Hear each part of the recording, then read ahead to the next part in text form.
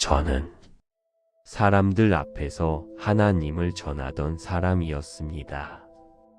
수천 명의 영혼 앞에서 말씀을 외치고 상처받은 자들을 안아주며 하나님께서 당신을 사랑하십니다 라고 속삭여주던 사람이었습니다. 그런데 정작 제 안에 있던 것은 사랑이 아니었습니다. 만약 지금 이 이야기가 당신의 이야기처럼 느껴진다면 부디 끝까지 들어주세요. 그리고 혼자 품고 있던 그 무거운 마음을 이곳에 짧은 한 줄로라도 내려놓아 보세요. 당신의 그 한 줄이 누군가에겐 다시 숨 쉴 용기가 됩니다. 우리 함께 기도하며 걷겠습니다. 저는 박요한입니다. 60이 넘은 나이에 평생을 목회자로 살아왔습니다. 치유의 종이라는 별명이 있었습니다. 교회 성도들은 저를 인자한 상담가라 불러주었고, 삶이 무너진 이들이 제게 와서 울고 갔습니다. 저는 그들의 손을 잡아주고 기도해 주었습니다. 그런데 참 아이러니한 일입니다. 남의 상처는 어루만져 주면서 제 안의 고독은 외면했습니다. 목사입니다. 목사라는 건 말이죠. 항상 강해야 하고, 항상 거룩해야 하고, 항상 믿음이 흔들리지 않아야 한다는 무게를 짊어지는 일입니다. 강단 위에 서면 수천 개의 눈이 저를 바라봅니다. 그 눈들은 답을 구합니다. 위로를 구합니다. 기적을 구합니다. 그래서 저는 항상 웃었습니다. 항상 확신에 찬 목소리로 말했습니다. 하나님께서 함께 하십니다 라고. 그런데 예배가 끝나고 혼자 남았을 때, 텅 빈 성전을 걸을 때, 아무도 없는 목회실에 앉아 있을 때, 저는 너무나 외로웠습니다. 아내가 있었습니다. 30년을 함께한 아내가 옆에 있었습니다. 하지만 언제부턴가 우리 사이에는 말이 없었습니다. 그녀도 목사의 아내로 살아야 한다는 무게를 짊어지고 있었고, 저도 목사로서 완벽해야 한다는 가면을 벗을 수가 없었습니다. 그렇게 조금씩 무너지고 있었습니다. 그때 한 여집사가 상담을 요청했습니다. 남편과의 갈등으로 힘들어한다고 했습니다. 처음엔 정말 상담이었습니다. 목회실에서 다른 사람들이 있는 곳에서 말씀으로 위로했습니다. 그런데 상담이 잦아지면서 그 경계가 흐려졌습니다. 그녀는 제 말을 경청했습니다. 제 고민을 들어주었습니다. 목사님도 힘드시겠어요 라고, 목사님도 사람이신데라고 말해주었습니다.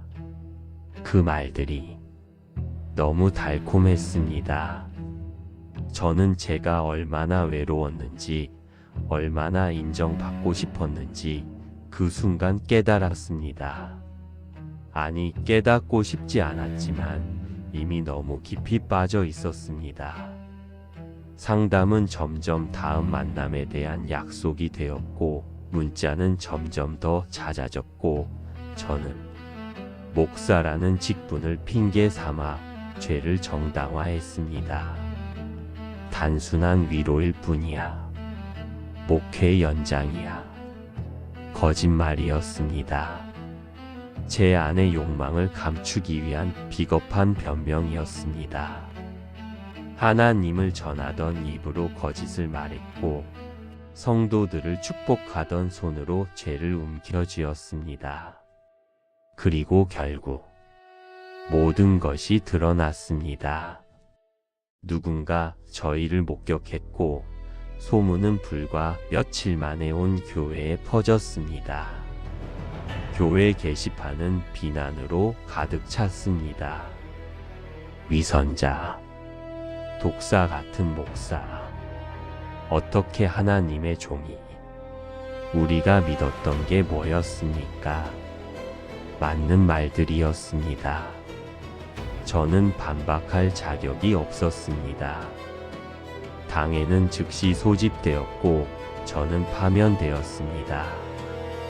30년을 섬긴 그 자리에서 단 하루 만에 쫓겨났습니다.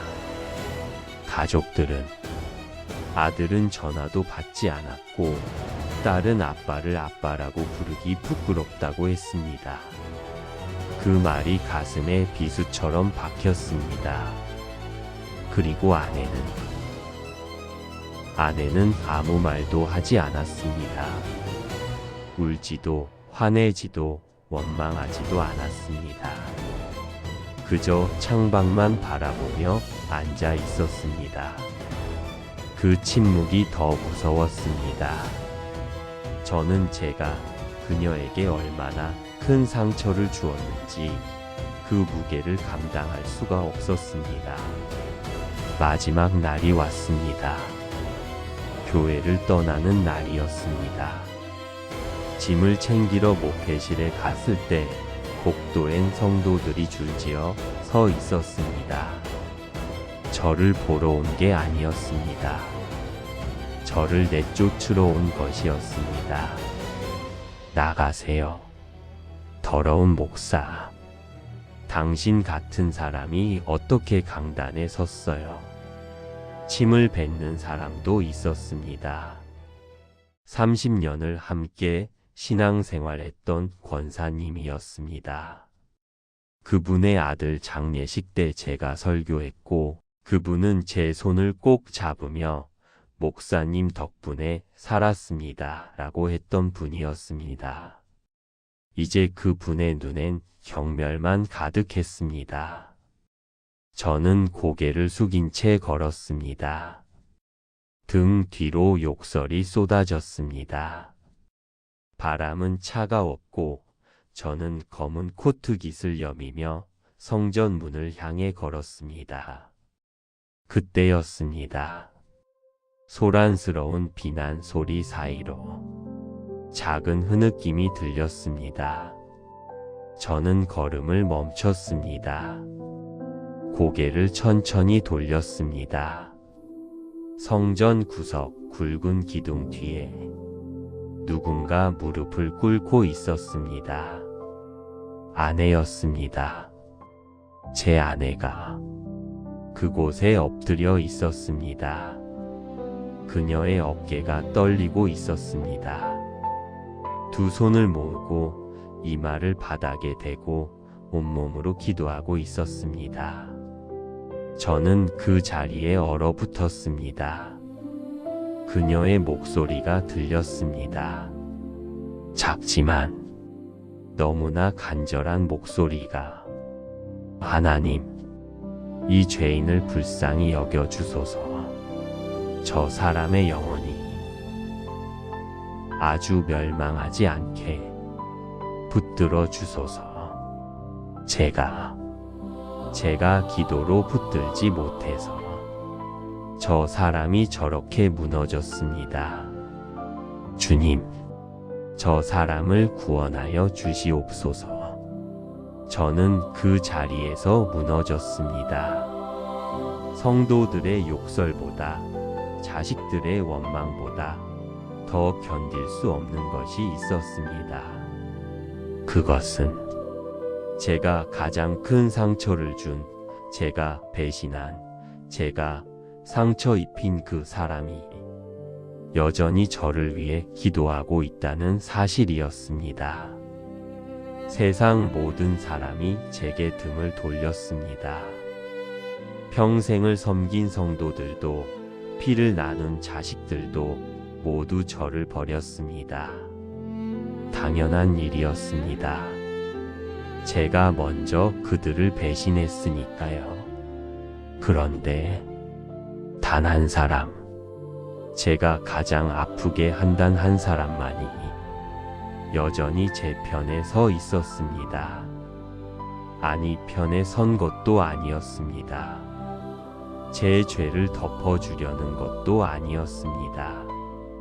그녀는 그저 저라는 죄인의 영혼이 지옥에 떨어지지 않기를 하나님께서 이 더러운 자를 그래도 붙들어 주시기를 울며 간구하고 있었습니다.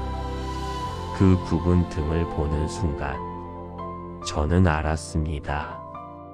제가 그동안 강단에서 외쳤던 하나님은 진짜 하나님이 아니었다는 것을. 화려한 조명 아래서 수천 명의 박수 속에서 제가 만난 건 하나님이 아니라 제 교만이었습니다. 진짜 하나님은 지금 여기 계셨습니다. 아내의 눈물 속에, 그 떨리는 기도 속에, 그 굽은 등 위로 드리운 빛 속에 하나님께서 저를 기다리고 계셨습니다. 저는 그 자리에 무릎을 꿇었습니다. 차가운 대리석 바닥에 이마를 댔습니다. 용서하소서. 그 말밖에 나오지 않았습니다. 용서하소서. 용서하소서. 제 죄가 너무 컸습니다. 제가 지은 허물이 너무 더럽고 추했습니다. 어떻게 용서받을 수 있을까? 어떻게 다시 하나님 앞에 설 수 있을까? 그런데 그때 아내가 제 곁으로 왔습니다. 그녀는 아무 말 없이 제 옆에 앉아 함께 무릎을 꿇었습니다. 그리고 제 손을 잡았습니다. 차갑게 식어버린 제 손을 그녀의 따뜻한 손이 감싸 쥐었습니다. 우리는 그렇게 함께 울었습니다. 40년을 함께 살면서 한 번도 하지 못했던 진짜 기도를 드렸습니다. 완벽한 목사의 기도가 아니라 부서진 죄인의 통곡을 올렸습니다. 주님, 여기 스스로를 용서하지 못해 어둠 속에 숨은 영혼이 있습니다. 남에게 말 못할 허물을 지고 거룩한 척 살아왔던 가면이 벗겨져 비참한 몰골로 서 있습니다. 자식의 원망 섞인 눈초리와 세상의 비난이 무거워 차라리 이 생을 놓아버리고 싶을 때가 많았습니다. 저는 목사였습니다. 하나님의 말씀을 전하는 자였습니다. 그런데 그 입으로 거짓을 말했고 그 손으로 죄를 붙잡았습니다. 제가 무슨 자격으로 다시 주님을 부릅니까? 제가 무슨 염치로 용서를 구합니까? 그러나 주님, 인간의 사랑은 조건부이나 당신의 사랑은 끝이 없음을 고백합니다. 제가 저를 포기했을 때도, 세상이 저를 버렸을 때도, 자식들이 등을 돌렸을 때도 주님께서는 제 아내의 눈물을 통해, 그 떨리는 기도를 통해 여전히 저를 부르고 계셨습니다. 이제 저는 화려한 옷을 벗었습니다. 목사라는 권위도, 성공한 목회자라는 자랑도 모두 내려놓았습니다. 상한 심령 그대로, 찢긴 가슴 그대로 당신의 발치에 엎드립니다. 주님, 이 더러운 자를 주의 보혈로 덮어주시옵소서. 이 무너진 영혼을 다시 세워주시옵소서. 강단 위에서가 아니라 이 낮은 곳에서, 이 부서진 자리에서 비로소 진짜 당신을 만나게 하소서. 예수님의 이름으로 기도합니다. 아멘. 시편 51편 17절 말씀입니다. 하나님께서 구하시는 제사는 상한 심령이라. 하나님이여, 상하고 통회하는 마음을 주께서 멸시하지 아니하시리이다. 제가 무너진 그날 이후 많은 시간이 흘렀습니다. 교회를 떠나고 목사라는 직분을 내려놓고 저는 작은 원룸에서 살게 되었습니다. 30년을 살았던 사택은 교회 재산이었고 저는 떠나야 했습니다. 아내는 묵묵히 짐을 쌌습니다. 큰 집에서 작은 방으로, 여유로운 삶에서 궁핍한 일상으로. 그 모든 것을 그녀는 한마디 불평 없이 받아들였습니다.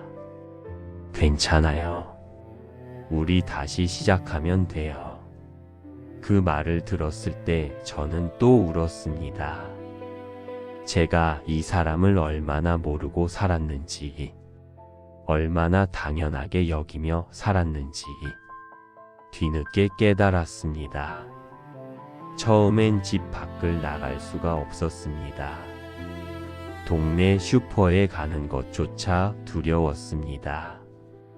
누가 저를 알아볼까봐, 손가락질할까봐, 수군거릴까봐.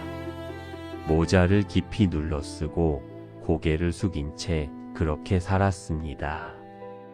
아내는 파트타임 일을 시작했습니다. 60이 넘은 나이에 평생 가정주부로만 살았던 그녀가 마트에서 계산원 일을 시작했습니다. 저는 아무것도 할 수가 없었습니다.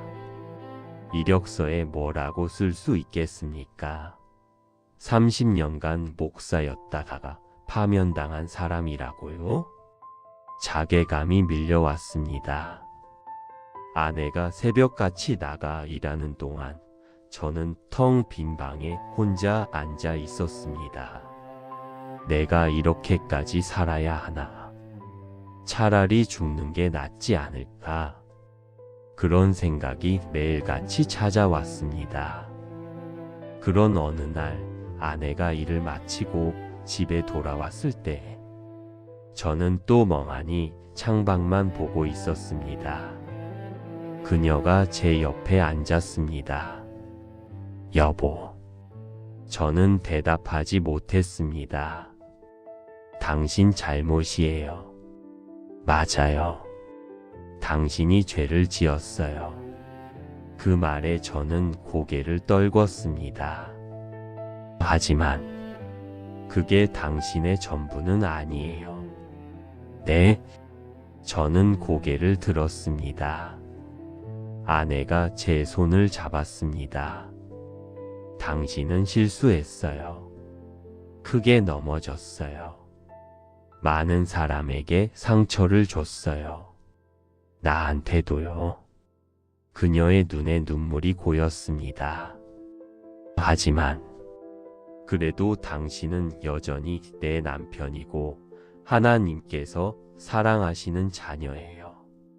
어떻게 나를 용서할 수 있어요? 용서하는 게 아니에요.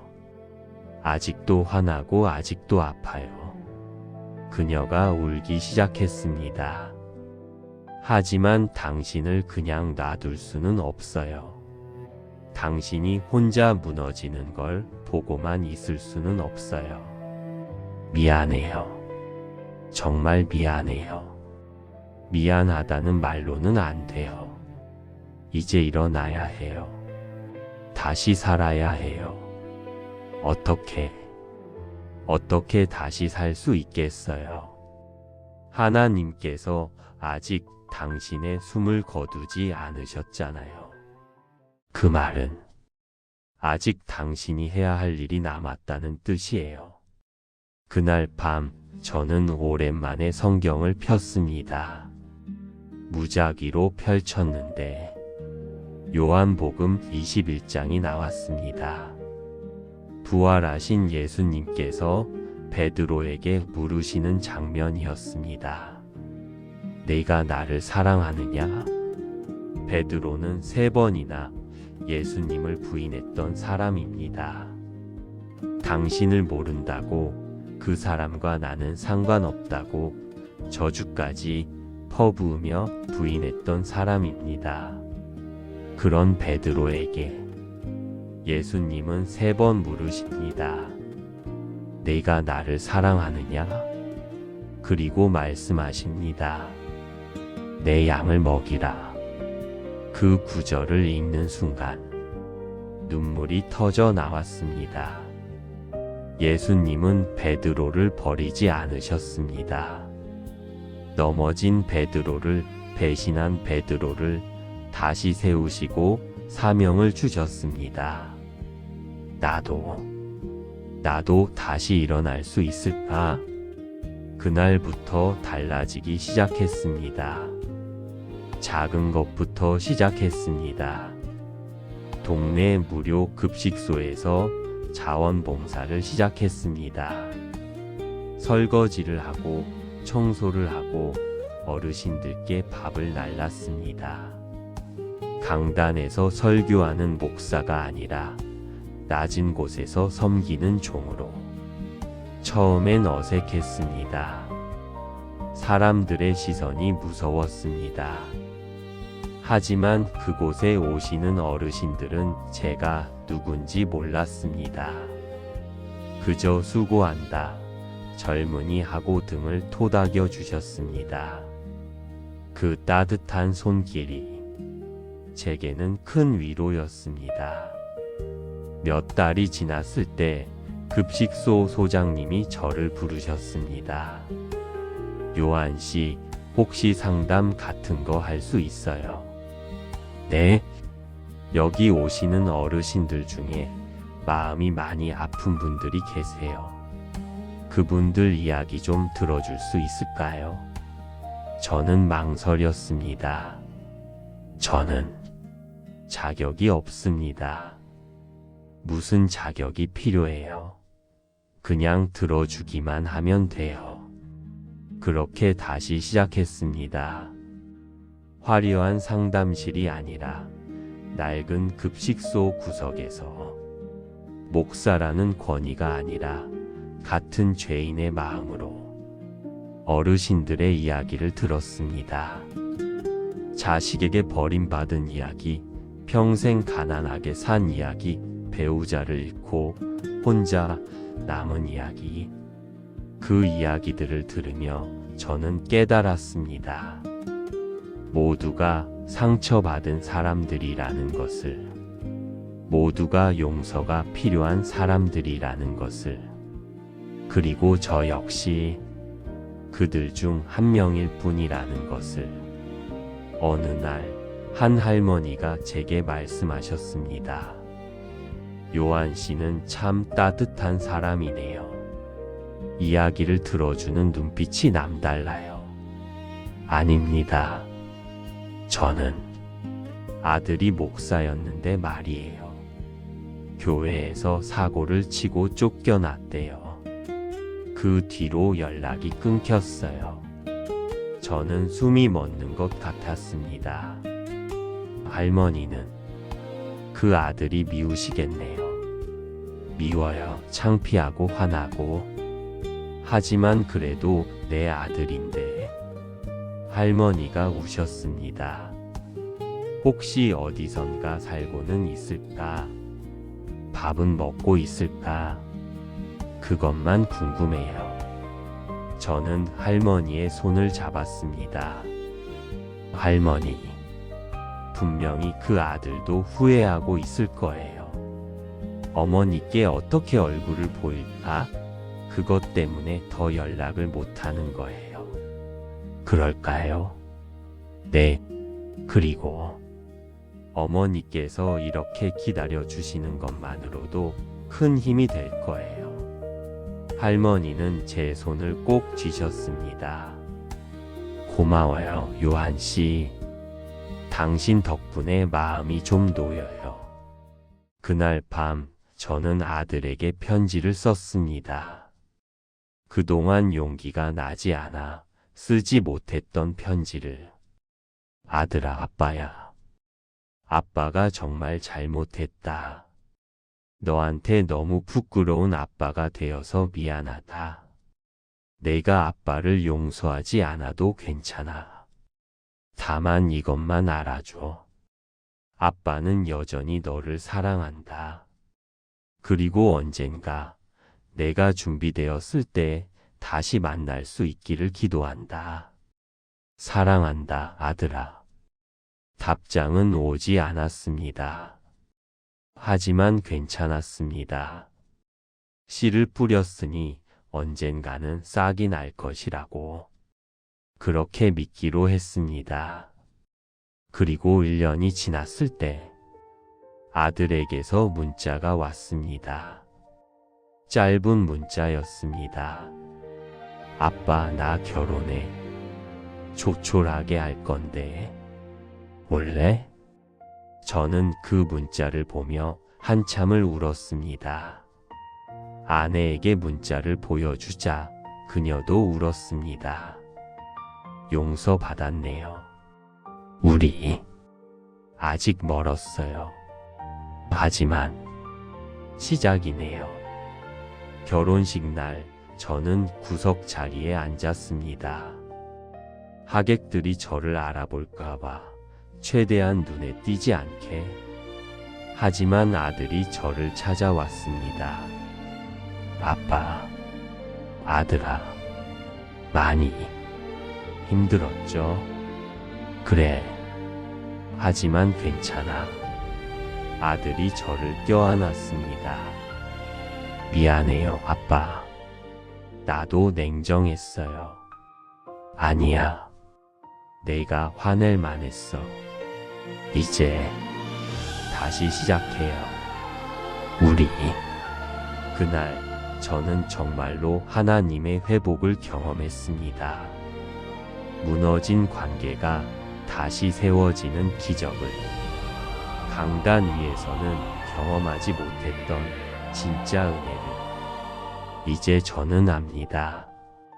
하나님께서는 높은 곳에만 계시는 분이 아니라는 것을.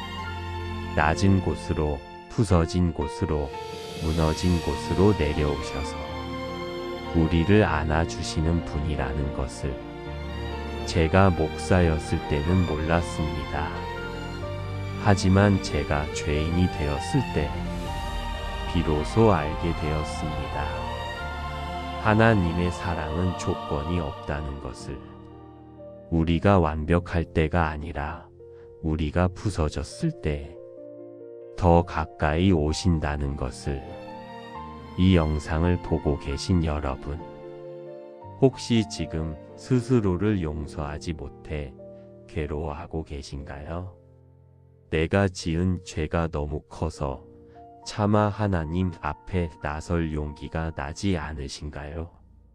제가 목사였던 사람으로서 말씀드립니다. 완벽한 신앙, 흠 없는 삶을 사는 사람은 이 세상에 없습니다. 우리는 모두 부서진 그릇입니다.